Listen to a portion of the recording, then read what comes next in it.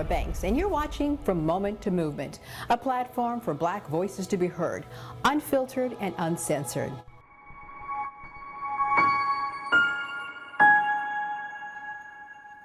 Why, Taranika Bell, the Georgia State Director for the Southern Poverty Law Center, thank you so much for joining us here on From Moment to Movement, a show where we are aware of this moment that we're in and trying to figure out the roadmap to capture the moment and sort of create a movement in terms of policy and a direction on where do we go from here. So welcome.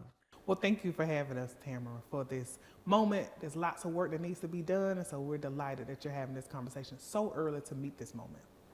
And now, a lot of people have heard of the Southern Poverty Law Center, but a lot of people don't really know what exactly it is that you do. What does the organization do, and do you just work in the South? Yes. So that's a great question. So the Southern Poverty Law Center is a catalyst for racial justice that's rooted and started in the South, because that is also the continuation of the legacy of the Civil Rights Movement, because it started in the South. And so the Southern Poverty Law Center, most of people know us by the law cases and lawsuits that we have filed.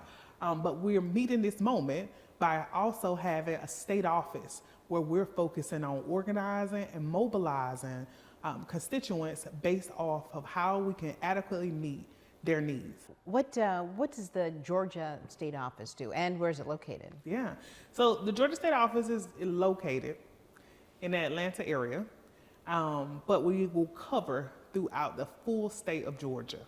And so what we do in the state office is it is our organizing arm for the Southern Poverty Law Center. We will be having community input sessions, which we've already started. We'll be talking to folks around what are their priority issues that are having a detrimental impact on their everyday life and their ability to thrive. And so with that, that is the purpose of the state office as a department of the Southern Poverty Law Center.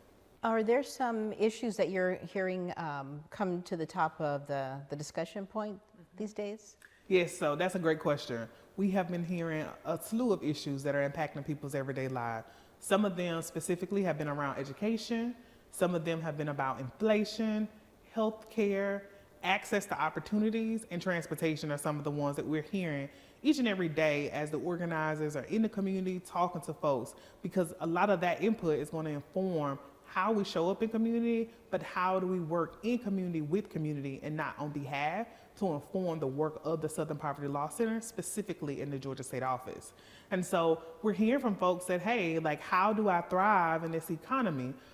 Where are the better jobs? They're talking about wages, and also talking about how do I get more access to things that I need, like insurance and healthcare options, but also transportation. People don't think about transportation, but even if there are good jobs, if I can't get to them, then that's also a barrier for me to be able to thrive and to ensure economic well-being in my household.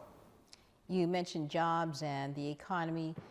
The U.S. is one of the richest nations in the world, yet we have truly a problem with poverty. How is the Southern Poverty Law Center addressing that issue? Well, that's a great question as well. We are being very intentional about our approach. So even the campus that we're developing is on the west side of Atlanta. On the west side of Atlanta, for those that do know, it is one of the areas that has been de-invested in and has some significant poverty levels throughout the full Atlanta area. And so we're being very intentional about trying to focus on our target universe where there's a significantly high level of poverty and also a high saturation of Black and brown individuals that live in that part of this thriving city, to figure out what are the issues and how do we tackle them as a collectively with community partners, the organizational resources, but also with community leading the effort. And so, you know, poverty is about addressing inadequacies. It's also about talking through racial wealth gap and having honest conversations about that, but it's also about expansion of opportunities and eliminating rather those barriers to those opportunities. And those are the conversations that we're having in community and strategizing with community members to say, okay, so what is it as a solution that you would like to see, whether that's a program or policy, or how should we go about strategizing to hold elected officials accountable to meeting your needs and helping us eradicate poverty. There's a word that I've just recently heard called decarceration. And we all know the stats of the numbers of African American men, particularly young boys, in prison. Can you talk about the decarceration efforts and the Only Young Ones work? Yeah, so at the Southern Poverty Law Center, de-incarceration is a pillar of our work because essentially we want to reduce the number of incarcerated Black and brown individuals that are in this system, but also focusing on younger folks because we know that they're incarcerated at a significantly high rate, and quite frankly, even the age at which they can be incarcerated, going from 14 years old is the beginning of individuals being jailed. And that's not adequately addressing the issues at hand, right? And that means that none of the issues that they're facing every day that cause them to make a poor decision. Because, right, the only difference between them and me is they made a poor decision and got caught, because I could have made the same poor decision and just didn't get caught, right? And so with that, with the Only Young Once report, it is talking about the significant amount of money that Georgia is spending. You know, this state that is known and rates themselves to be the place for good for business is also not prioritizing the same efforts when it comes to younger individuals, investing in them early and ensure that they thrive and not end up in this carceral system. And so with the Only Young Once report, what we're talking about is the cost to incarcerate a young person is about $200,000 a year. In connection, that's almost 8 times as much it is to invest in education. And at the Southern Poverty Law Center, we do believe and know from stats and research that education is the solution to eradicating poverty. So if we think about reinvesting in the younger folks instead of incarcerating them, we actually spend less money and create a pipeline for them to thrive, not be below the poverty line, and actually become a part of that workforce that the state oftentimes brag about as far as the economy and the best place to work. And so that is what that report summarizes to a certain extent, but it also talks about reform efforts. We know early investment stops individuals from making poor decisions and getting into that system. But we also know that elected officials and members of governance have a role to play in this effort, which could be diversion program and policies that reduce fines and cost of fines that create this circular cycle to getting somebody from, getting on probation to now being incarcerated for a lifetime. And so that is what that report is, a call for us to say, hey, we shouldn't be prioritizing incarceration. We should be prioritizing eradicating poverty and ensuring that communities thrive.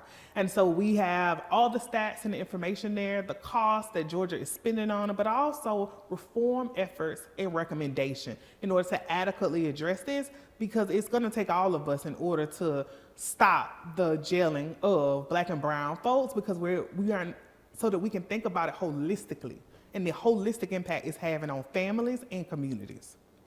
Just one last question as we wrap up. Kind of in a nutshell, how do you see the election in November, the outcome, setting the agenda for 2025 and years to come? Yeah.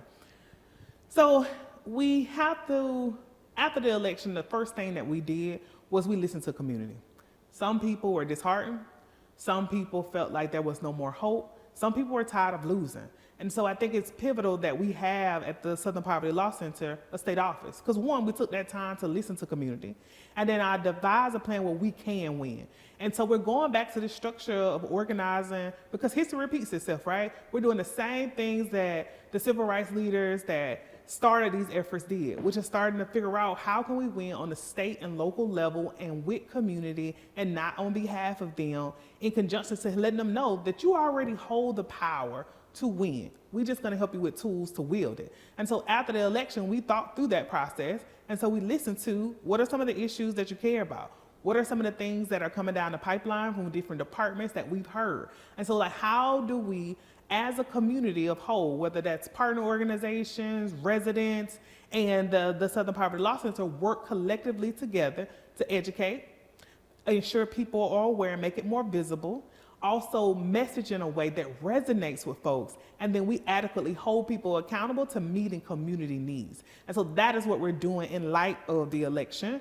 We're also, prioritizing hope, but also getting back into the work of that there's so much work that still needs to be done, but it's going to take all of us. And so we're collectively coming together and coming up with solutions to issues that people face that is affecting their everyday lives and their ability to thrive.